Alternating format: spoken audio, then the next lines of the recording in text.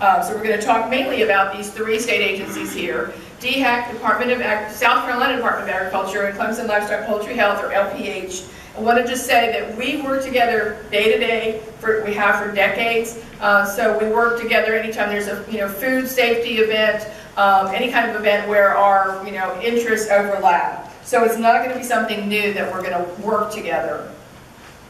So the good news is we have adequate protection. And I'm going to just briefly go through some of the laws to assure you that that's the case. So that's really good news. There really aren't any gaps. The bad news is some of us would like it to be really simple, black and white issue like these slides, and just say, we're going to call one number and everything's going to be done, and that's not how it's going to work. Because in reality, let's think about this, you guys and gals. This would be a horrible event.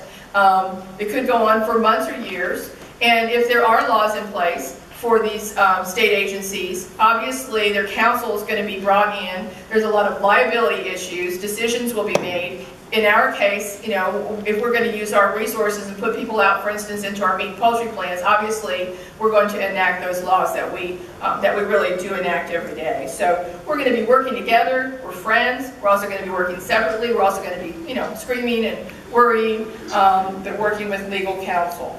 Cesium-137, it's radioactive perhaps. It can emit, everybody's heard of alpha radiation, alpha rays, beta rays, and gamma rays. Those are the three main types of radiation that we talk about. Alpha rays and beta rays are particulate, they're particles. The alpha ray is 2 protons and 2 neutrons. It's a big particle that is ejected from the nucleus of the atom. A beta ray is a small particle. It's the size of, or it's an electron, very small. Gamma ray is like a light ray. It's like a photon. It can go very far. The two top radiations, alpha ray and beta ray, they're particles. They interact with other elements. As they're ejected from the cesium atom, they interact with other elements around them. If there are elements, if they're in your tissue, they're going to interact with the elements in your tissue.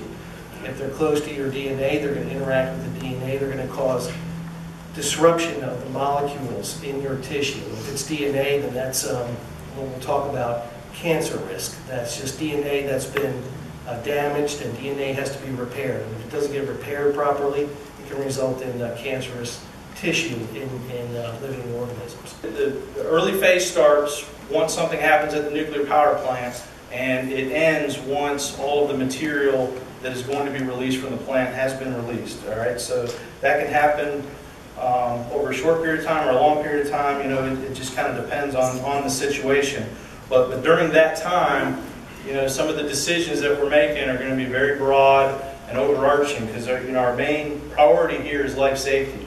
So the idea is, let's get as many people that we need to out of harm's way as early as possible, so that to limit the impacts. We need to have an agreement by all agencies, by our governor, by everyone else, that if an event happens, this is what's going to happen, that big net approach. We're not going to have to worry about, this is agriculture. Are you guys going to issue the embargo order, or do we need to?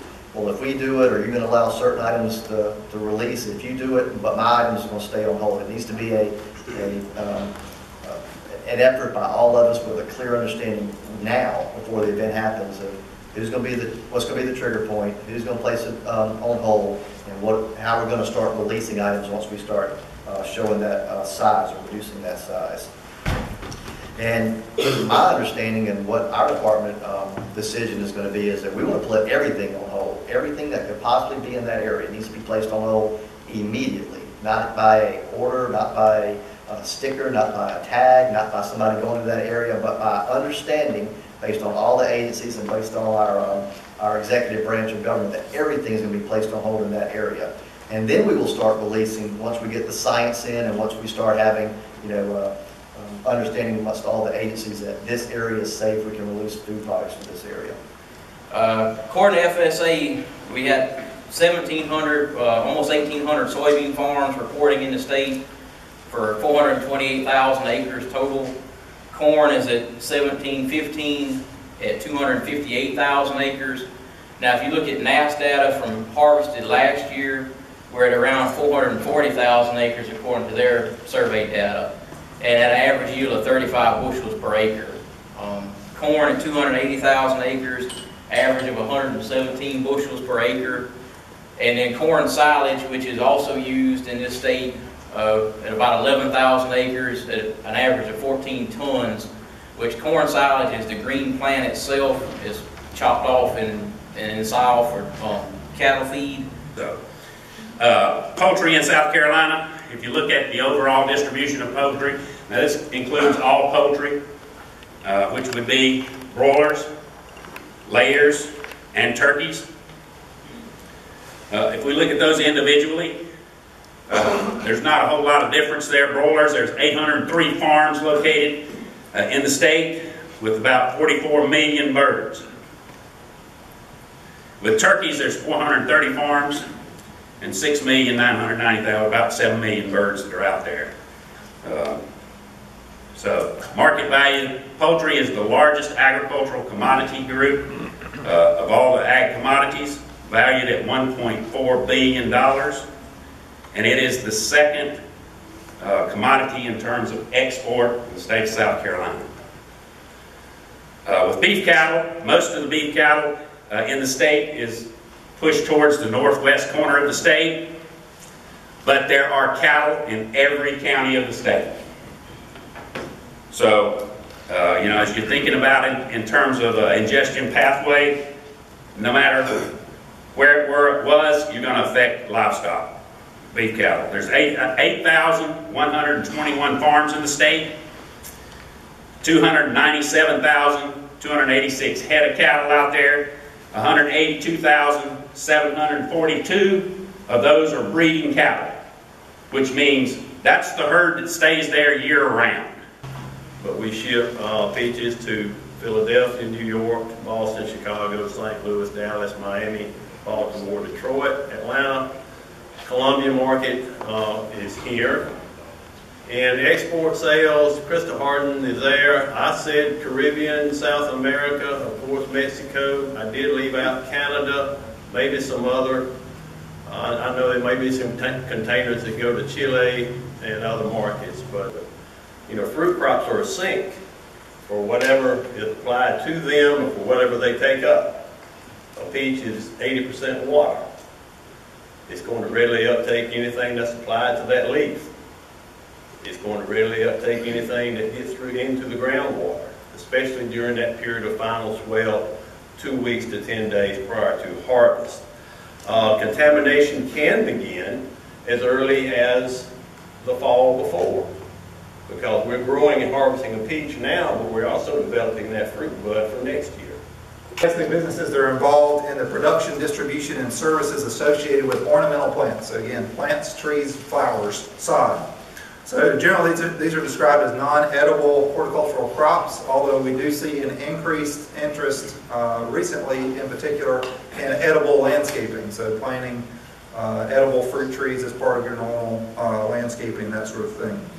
Mostly, really the green industry, you can kind of divide it into two sectors. There's the production sector, so those are nurseries, greenhouses, sod companies that are producing a product. And then there's the service sector, the horticultural service sector, which would be your landscapers, golf courses, turf managers, those sorts of things. I'm mostly going to talk about production here as opposed to the services sector. Okay. So again, nurseries, greenhouses, floriculture, sod producers, landscape services, retail garden centers, etc. We have 13.1 million acres of forest land. It makes up about 68% of the state's total land area. A total of 88% is privately owned, meaning by non-corporate or private industry, and then 12% is public lands, like your federal forest, state forest. All right, the hard facts. We're number one among manufacturing industries and jobs and payroll, $4.1 billion. That's pretty good. Total economic impact of South Carolina's forest industry is around $17 billion annually. Export, $1.4 billion in forest products each year. Timber, South Carolina's #1 rural commodity at $759 million a year. Forest products are the #1 export by volume out of the Charleston port. Most all of the tobacco is in Horry County near the beach, Marion, Williamsburg. A little bit about the economic value of it. Those numbers really don't show up on that slide at all, but in 2014, we averaged $2 a pound and for a $66.6 million value. Close to 300 million pounds of milk is produced in the state every year. Our top counties, again, are Newberry, Orangeburg, Bamberg, Saluda falls in there, and Forth, but you can see, just how much those counties equate to. A little bit on the dairies. We've got such a wide range of dairies in the state. We've got everything from small 15 cow raw milk dairies to 1,000, 1,200 cow facilities. This is the only commodity listed here today that I guarantee you every one of you is wearing right now. Every one of them. You might not eat peanuts, you might not eat collards, you might not eat corn or soybeans, but I guarantee you every one of you is wearing my crop, cotton. This is the distribution of cotton in South Carolina. And like all the other row crops, you notice is coastal plain. We're in the coastal plain of South Carolina, so anything that happens in that area is going to be important to me. The 2014 acreage for cotton was 276,658 acres. Our average production cost is about $500 an acre. So that's what we've got tied up in that crop. So if we never harvest that crop, we've already spent $138 million. That's if we never harvest the crop. Our average yield in South Carolina is 898 pounds last year, 2014. It's 65 cents a pound. That's a crop value of $169 million. So what you can see from that is about a $30 million profit level in there somewhere. But keep in mind, if we never harvest the crop, then we have lost $138 million. Bees get a lot of media attention. So about 1/3 of the foods that we eat benefit from pollination, either directly or indirectly. Of those managed pollinators that we have, honeybees are by far the #1 managed pollinator. Part of that is because they are generalists. So we do have some crops that benefit more from other pollinators that aren't as easy to manage. So when we talk about plants, and I don't know if Corey will talk about them, but when we start talking about solanaceous plants, if we're talking about tomatoes and some of the peppers and some of the berries like blueberries and cranberries, they actually do better with non-honeybee pollinators because they require something called buzz pollination.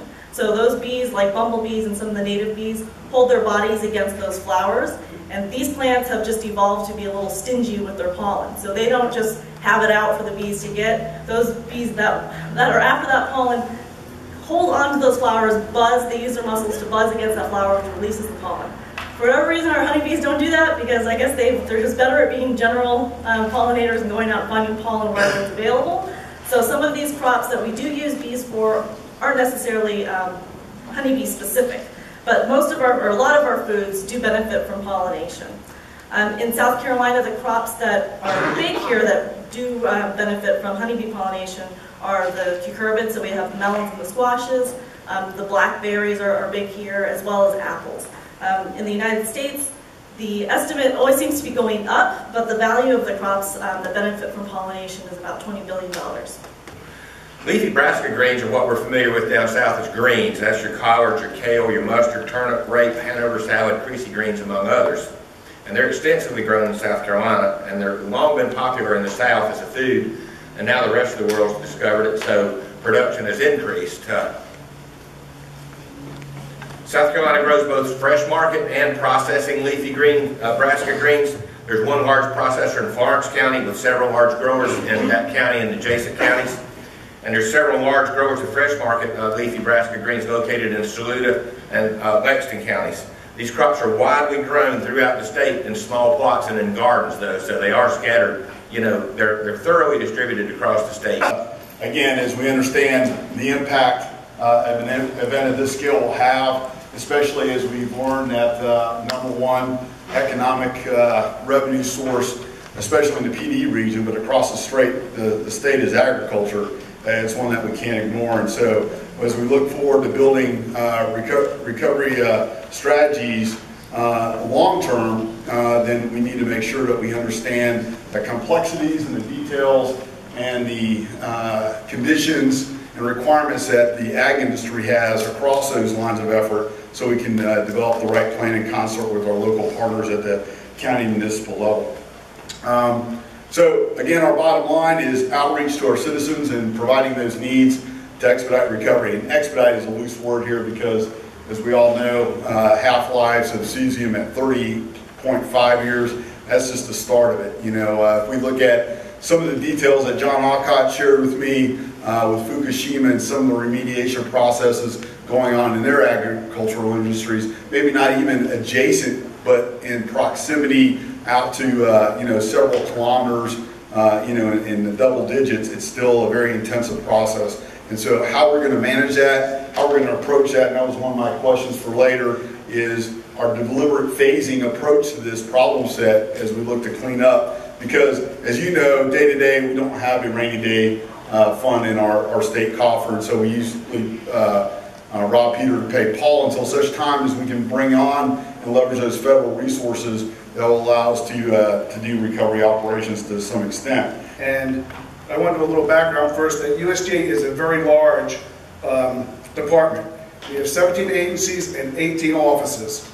And in one way or another, we touch almost all of the 18 sectors that are listed critical by DHS. USDA does not have any of its statutes or its mission, anything that specifically says recovery. So what we do is take existing programs, existing authorities, and see how they fit into that. A lot of the end states may be the same. I'm not going to get into the end area with economic and infrastructure and housing, but we try to do it that way. The next couple slides I'll go through a little bit slowly as I'm doing it, but they have 9 of the USDA agencies that would be primarily engaged in some aspect, although all 17 might be in recovery. We have staff, both FSA, Rural Development, and Natural Resources Conservation Service in every county, in every state of the United States. We're in territories, we're in compact states, so we have people here who are your neighbors, who will be engaged. We have our folks in the state offices. If I lived in South Carolina, I would be very proud of all the hard work and the dedication that you've put into making sure that South Carolina is prepared in the event of a disaster.